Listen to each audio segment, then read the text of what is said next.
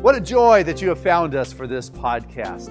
How exciting it is to think that this spiritual message is going out to people around this planet. Whether your life is working at a peak level or whether it can use some enhancement, have I got the message for you today. So get a piece of paper, get ready to take notes, call a friend, have them watch this podcast also. Then you too can have something to talk about and take it to a deeper level. So enjoy. Here we go.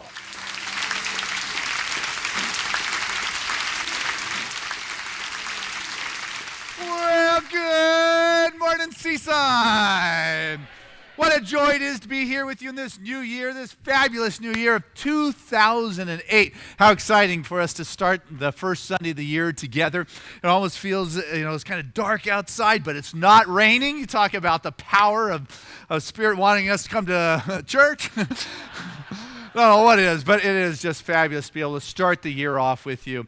And one of the gifts we want to give you here at Seaside is something that we do every year, and that is inside your Sunday program, you'll find a white sheet that says on the top that your intentions for 2008. I want you to take that home this week and sit with it, pray with it, meditate with it, and be willing to be bold enough to write down what your intentions for this coming year is.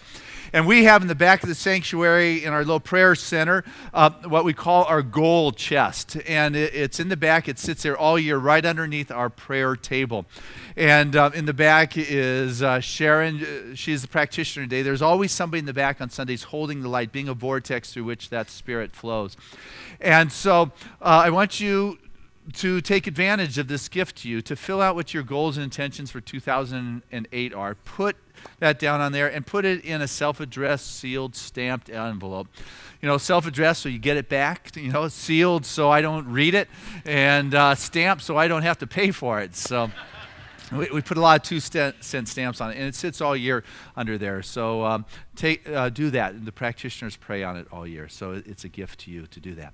Also, what we do the first Sunday of the year is the traditional question and answer time. Once a year I say, okay guys, what are your questions that have been in your heart about spirituality, about religious science, about new thought, metaphysics, whatever it is. This is the time where you have the opportunity to ask that question. And so what I would like to ask of you in asking your question is that you keep that question as sharp and to the point as possible.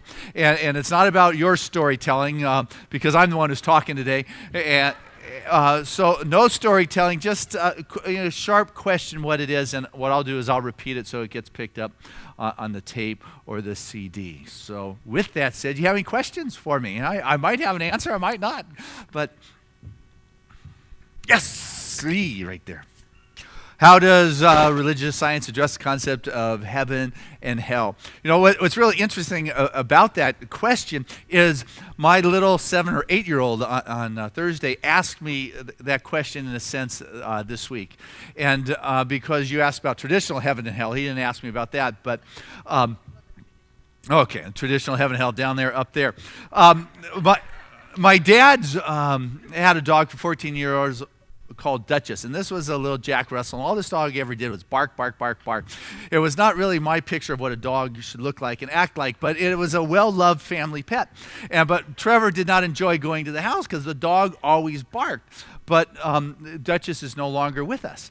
And so Trevor has been going over to the house, and there is no Duchess. And finally this week in Park City, Trevor kept asking me, where's Duchess? Where's Duchess?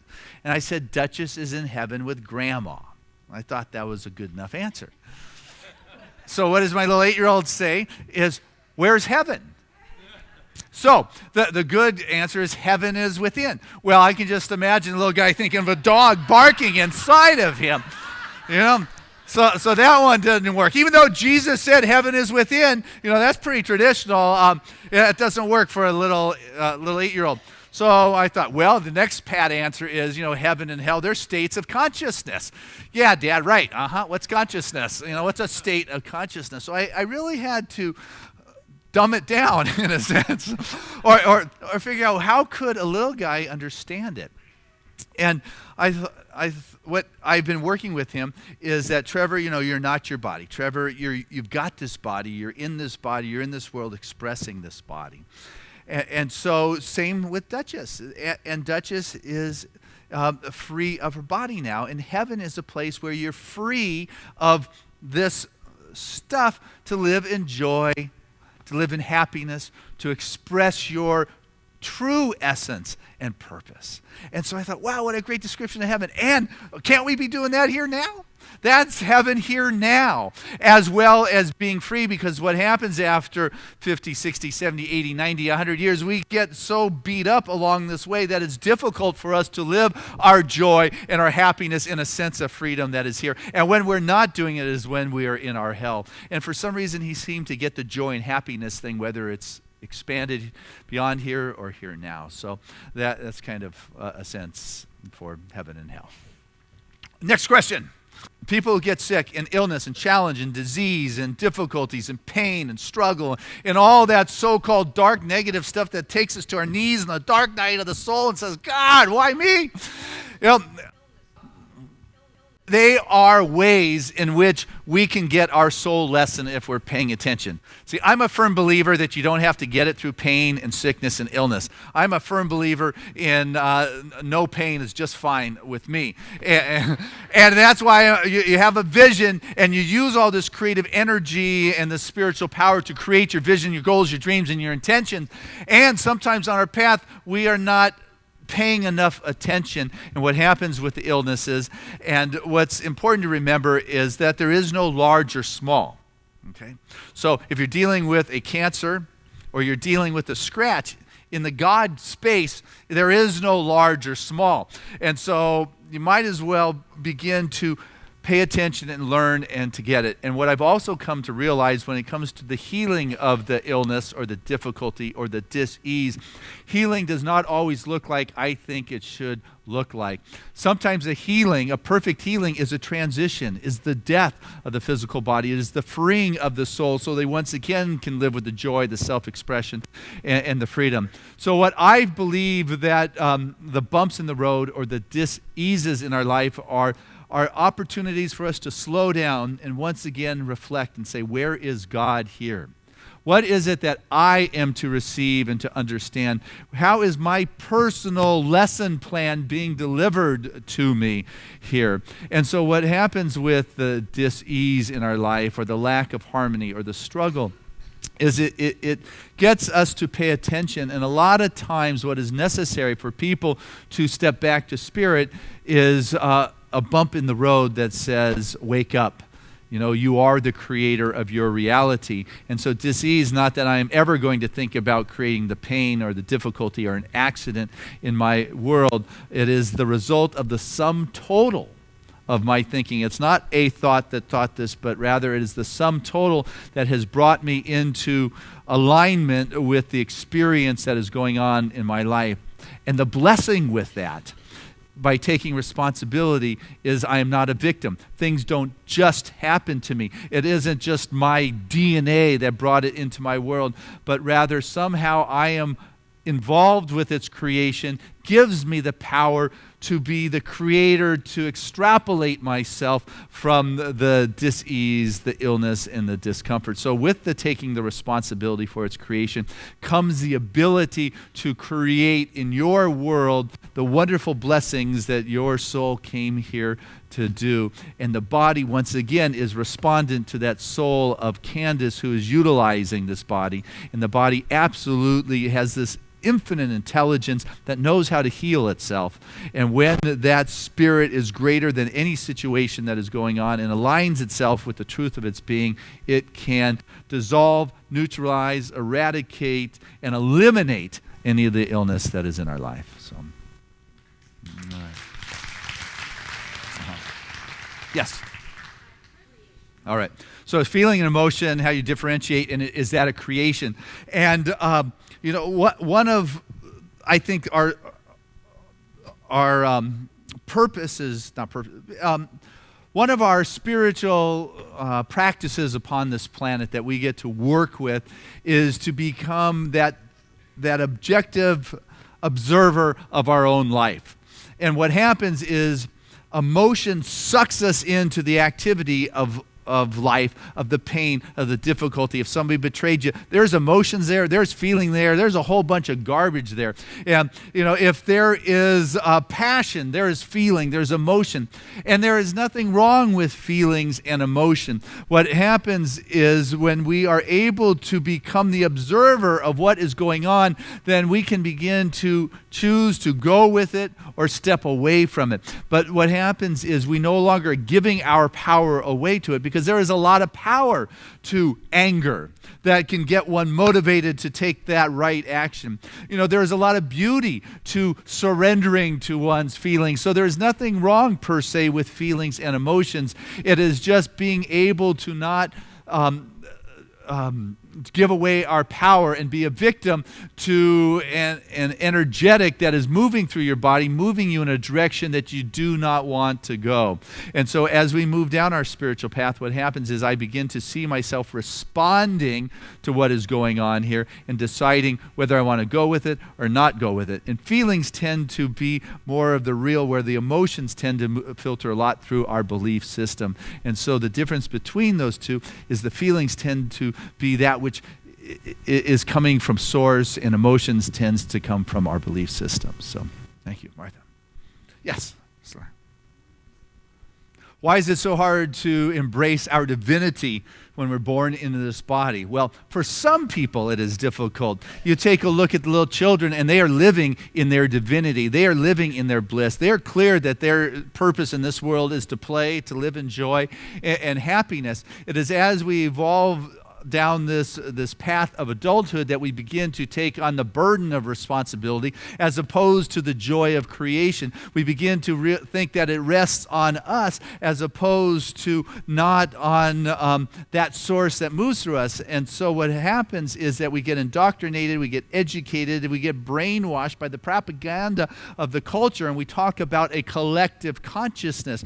But that's not necessarily the truth. There's a whole phenomenon going on of the indigo children that are more in touch with their divinity. We have our wonderful Wisdom for Life elementary school that is empowering our children to trust those feelings and trust their soul purpose for being here in this world. You walk around this room, and there's a room filled with people that are constantly saying, I want to remember my divinity. And this is why it is imperative to take time throughout the course of the day to stop, to pause, and to remember the truth and the source of my being, so I'm not giving my power away to the headlines, to the banks, to the illnesses. And this is why meditation, so I can remember, I can feel, I can sense, and it becomes a cellular, soulful expression. And so why is it difficult is because we have put the outer world ahead of the inner world. If we choose to put as much time on remembering our divinity as we do paying our bills,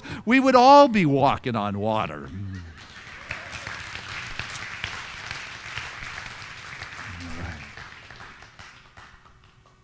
Yes.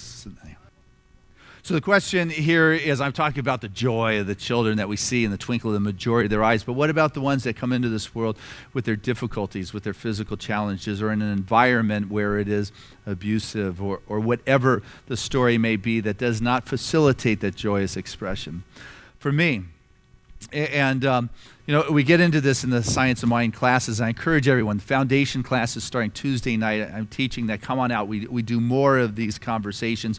And this is like the last class question you're asking. So for me, what I tend to work with children, for my understanding, and once again, I don't share with you the answer. I share with you some thoughts for you to meditate upon and to contemplate. But for me, what I believe is that as we leave this world, as I was talking about, this spirit that is in this body moves on.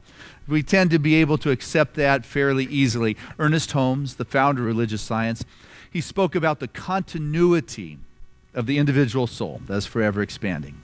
So for me, what I tend to do with that is, if I believe I'm moving on after this place, it seems logical to me. And once again, this is my meditations, my thinking. It's not the answer. We don't have dogmas and creeds. That's the difference between some of the theologies that are out there. Is that we were on a path when we arrived here.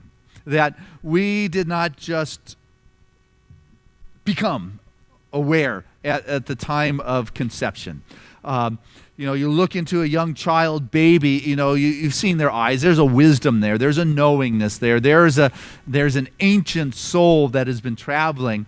And this is merely one stopping point on its journey. And so we come in with the totality of our life experiences. And we have at our disposal in this world, in this realm, the dynamics, the physical expressions of this world that can facilitate the life lessons that Candace was asking about. What about illness? I said, well, it's for us to learn, to grow, to catch our attention. And so when a young child comes into this world, I don't believe they're just starting off here new. I can't say to the little guy, how did you create that? I mean, that would just be sick, to say that. But from my understanding, I believe that they are not a victim. If there's something bad going on in the household, they need to be removed immediately. You don't leave somebody in that situation. But they came into this world on a path of consciousness. When one transitions out of this world, the slate isn't wiped clean, you go to heaven, everything's wonderful and it's fine, you continue on. It's the continuity. When you come into this world, it is the continuity. And you come into a family, you come into situations, you come into a body that facilitates the necessary soul lessons that are vital for that spirit's evolutionary process in the great awakening of their journey. And so it doesn't make me feel any better when I see something that just doesn't seem right, but it helps me to understand how it can be that way. All right. Mm-hmm. Yes, Nan. Ernest Holmes, what did Ernest Holmes say about the ego? Ernest believed in the individual. Absolutely, he believed in the individual soul that is forever expanding, is that it is that personality that helps the individual progress, that it helps the individual to step out there, that helps the individual to be strong, as well as it gets the individual into trouble because we have our beliefs, and which can be limiting beliefs, and can get us into trouble because it is trying to. He talked very much about that. Being in the subjective mind, and it's defending its position, whether it is right or it's wrong, and until it is changed, the conscious mind is able to direct the subconscious, and so the subconscious continues to work and defend its position, which may have been very valid for a 10-year-old to not talk to strangers, let's say, but all of a sudden at 25 and you're into marketing, that concept doesn't work very well for your success, and yet the ego or the subjective mind will continue to defend that position. And so that's how he tends to talk about it, is with the subjective, and it can get you into trouble or it can keep you out of trouble, but really he comes back to the conscious mind, this third perspective of saying, what is my choice now in my life, as opposed to being just doing what I always did, that I set in motion when I was little. So yes, the independent presence of evil. Absolutely not. Ernest Holmes, he talked about that evil is neither person, place, or thing. So when we talk about an independent presence of evil, that doesn't rest well with my belief system. I believe that there's things that could be called evil out there, that are absolutely just nasty stuff that do not belong in this world in which we live. But unless there was individuals to support that nastiness that is going on in this world, it would not be. It would dissolve. It could not exist unless there was a person, place, or thing to support that. Independently, no. Do I think there's things in this world that are nasty, that block one's path? Absolutely. But as one returns back to the true source, which is within us all, which is God, there is nothing in that light, there is nothing in that space that can be real. And so in this world, as we are operating in this world of form, as we're operating in this dimension, there are things that are less than pleasant. And yet, when I choose to align with the truth of who I am, that cannot exist within my world in which I am now living. So, I trust that answers you. And that's the thing, with it doesn't. Well, Tuesday night, Science of Mind class, there's a whole chapter on evil that is there. And that's the thing with metaphysics a lot of times. It's paradoxical. It's this and it's that. Yes, there's stuff in this world, but when I absolutely am aligned in that spiritual world, there is no otherness in the God kingdom. And I and God are a majority because there is no otherness. There is only spirit, so there can be no evil that is there. And so when I'm dealing with the illness, when I'm dealing with the challenge, when I choose to go back to the source of who I am, there is no otherness than the abundance, the love, the glory, the light, the wholeness, and the ability to express oneself. So, did you have a question? Okay, that's good. Time for one more right here. Absolutely. Law of attraction is such a key. I just love what took place this year with familiarizing everybody with the basic spiritual principles. It was Ernest Holmes' first book they wrote in 1919. He had a chapter called Law of Attraction and Creative Mind. It is, as Jesus says, it's done unto you as you believe. It is that simple. That's the way it works. Now, you don't want to take responsibility a lot of times when we don't like what's going on or when it's a biggie, but it is true across the board, and spiritual principle doesn't deal with large or small. If I jump off, I'm going to go down because it's gravity. I could throw the speaker down and it's going to go down. I could throw, gravity is going to work. It doesn't care if it's an elephant or it's a pebble. You're going down. Well, the law of attraction is a spiritual principle, and that is what we work with. This is why we call it a science, is we discover and make use of the spiritual principles that were there. If you use it for good, you get good in your life. If you use it for the nasties, it comes back and gets you. It's not like there's a judgmental God keeping tab in a book on you, making, oh, you're bad, it's coming back. There's the law of attraction. That's consciousness. It's done unto you as you believe. And if you're coming from a place of love, you're coming from a place of generosity, if you're coming from a place of that warmth, that is what your world is going to be filled with if you can embrace that and believe that. So this is good. I'm just getting going. I'm telling you, classes start this week. Sign up for those.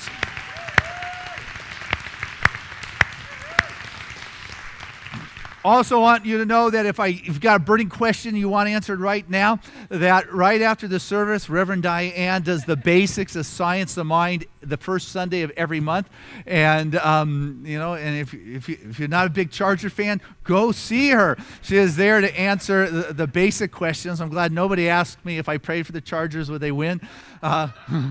Because we've got Ed in the back he's from Tennessee. He's a closet Titan fan, and I decided I would out him here today.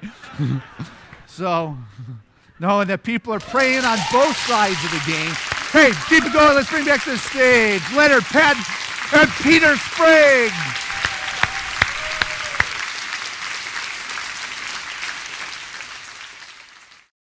Again, with a lot of heart and soul and passion. Divine love through me blesses and multiplies all that I am, all that I give, and all that I receive. I am prosperous now. Hey, I trust you enjoyed that podcast. It was very exciting to be able to create that and to know that there are people like you all around the world that are observing and integrating these spiritual principles into their life. And so if you enjoyed it, what I'd like to do is encourage you to tell a friend or bring several friends together and watch another one of these podcasts. And then afterwards, take some time to talk about the spiritual principles, to talk about the stories and what significance they have and relevance they have in your life. What then happens is it moves to a deeper and deeper level in your world. It becomes real and assists you to create the freedom in your life that your heart and soul so desire.